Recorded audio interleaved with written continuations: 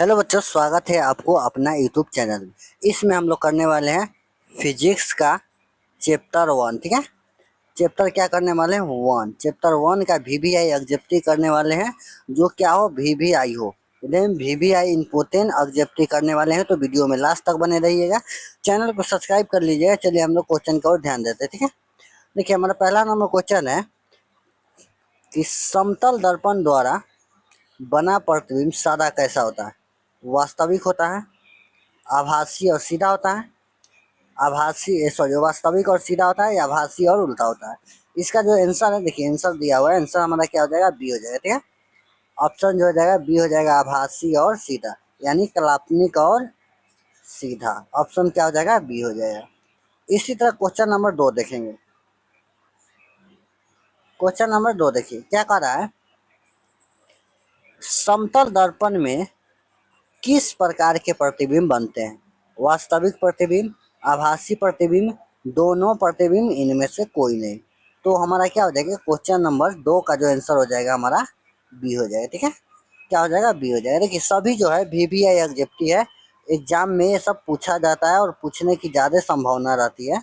तो आप लोग क्या कीजिएगा, इसको इग्नोर मत कीजिएगा। चलिए क्वेश्चन नंबर 3 देखिए। 3 नंबर क्वेश्चन क्या कर रहा है, जूम आउट कर देते हैं। देखिए क्वेश्चन नंबर 3 है कि प्रकाश के किरणों के सरल रैखिक गमन का अनुप्रयोग है सूर्य सूर्य की ग्रहण में, चंद्रमा में, तारों के चमकने में, या ऑप्शन डी हो जाएगा क और ख। आंसर क्या हो जाएगा हमारा? आंसर हमारा डी हो जाएगा। ठीक है, आंसर क्या हो जाएगा? डी हो जाएगा, क और ख, यानी सूर्य के ग्रहण में और चंद्रमा के ग्रहण में। चलिए क्वेश्चन नंबर 4 देखेंगे। 4 नंबर क्वेश्चन देखिए क्या कर रहा है, जूम आउट कर देते हैं, थोड़ा बड़ा लग रहा है ना।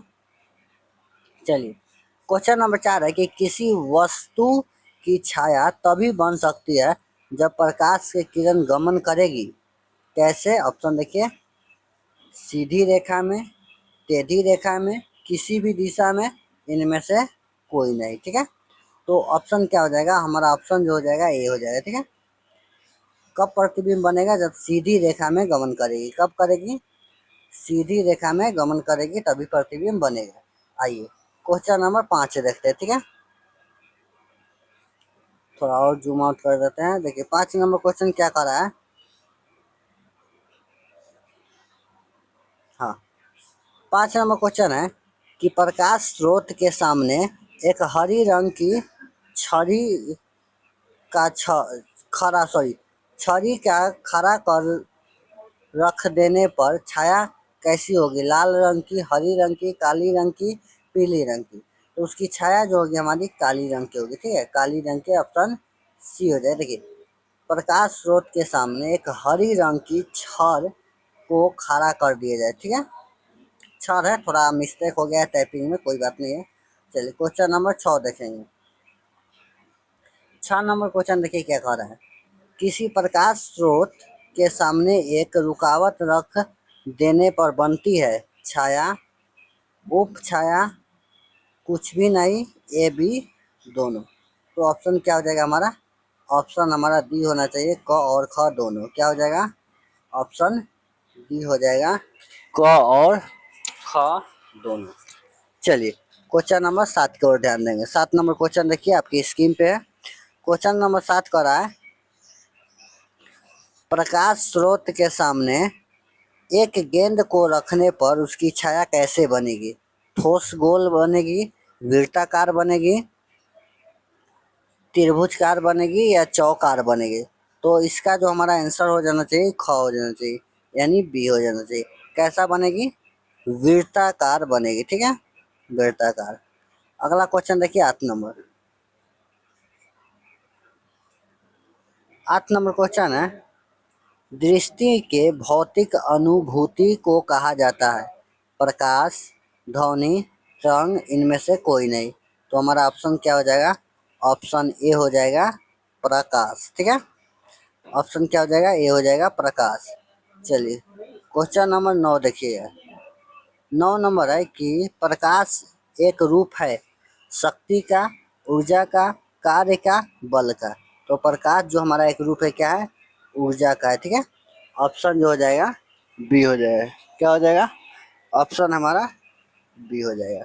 आइए क्वेश्चन नंबर 10 देखते हैं। ठीक है, 10 नंबर क्वेश्चन कह रहा है कि किसी मध्य में प्रकाश की किरणों के माध्यम के कंघों नहीं कटान होगा को कहते हैं गर्म करती है, प्रकाशित करती है, मध्य के किरणों को गति प्रदान करते हैं, क ख ग तीनों। ऑप्शन क्या हो जाएगा, तीनों।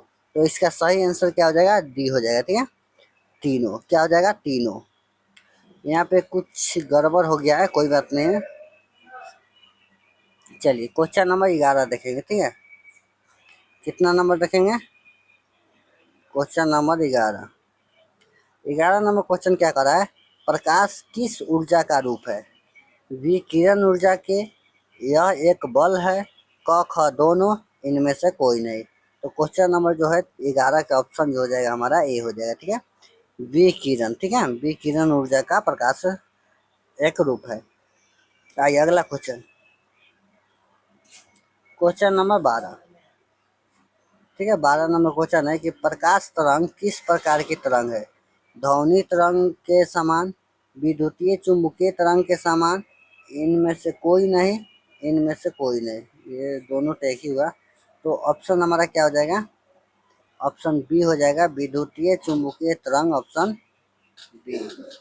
ठीक है, अगला क्वेश्चन है 13 नंबर। 13 नंबर हमारा क्वेश्चन देखिए, लॉन्ग आउट कर देते हैं, अब दिख रहा होगा पूरा।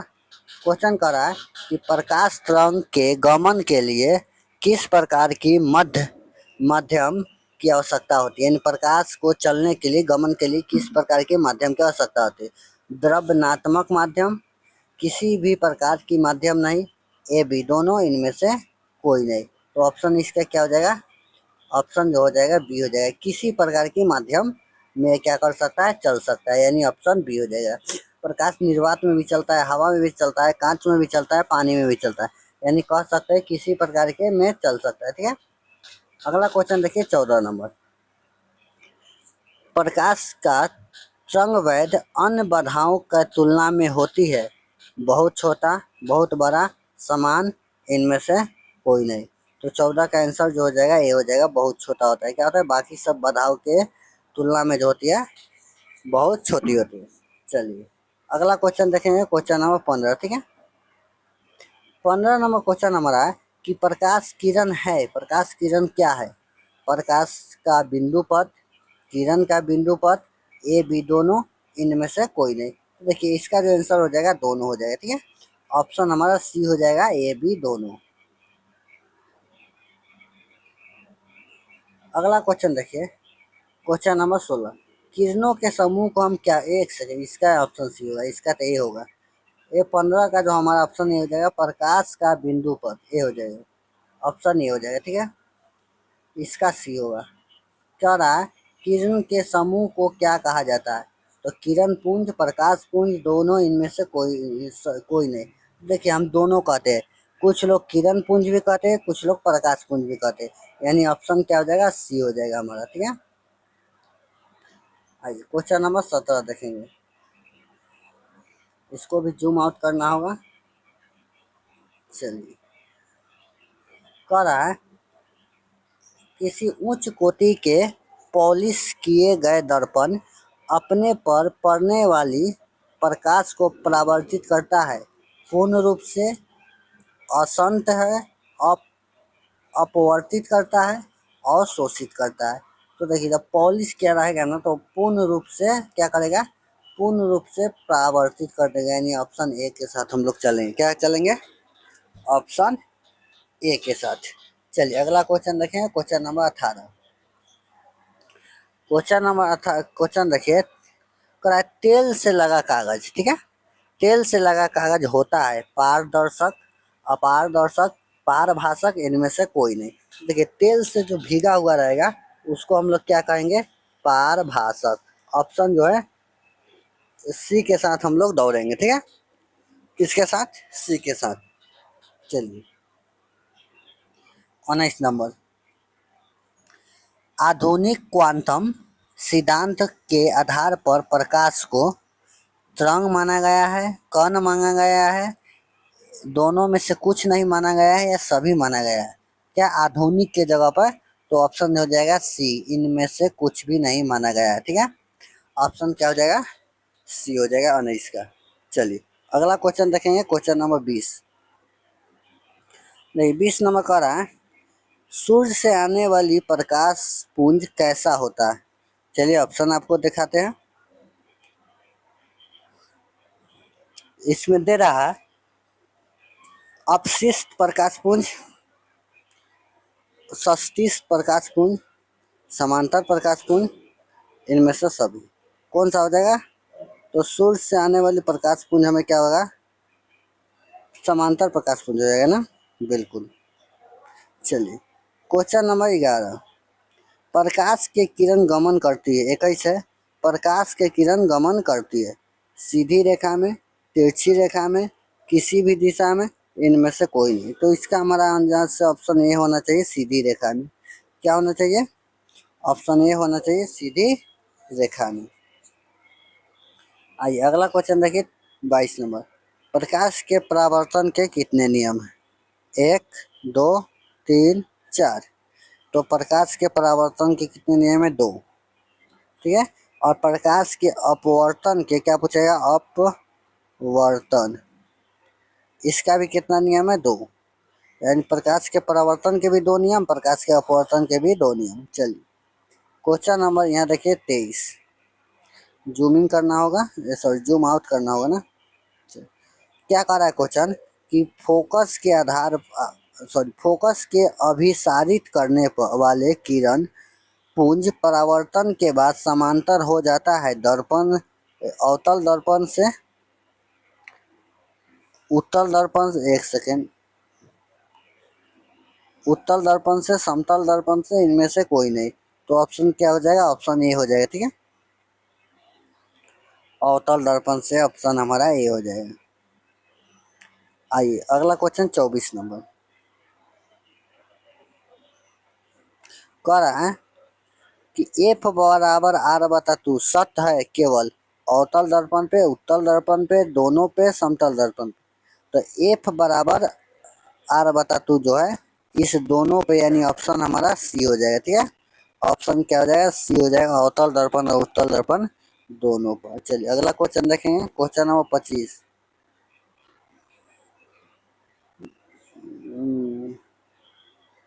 देखिए 25 नंबर थोड़ा बड़ा क्वेश्चन है। देखिए 25 नंबर क्वेश्चन क्या कह रहा है, किसी बिंब का अवतल दर्पण द्वारा बना प्रतिबिंब आभासी, सीधा तथा बिंब से बड़ा पाया गया है। वस्तु की स्थिति कहाँ होनी चाहिए? मुख्य फोकस एवं वक्ता फोकस के बीच, वक्ता केंद्र पर, वक्ता केंद्र से परे यानी आगे, ध्रुव दर्पण के ध्रुव तथा मुख्य फोकस के बीच।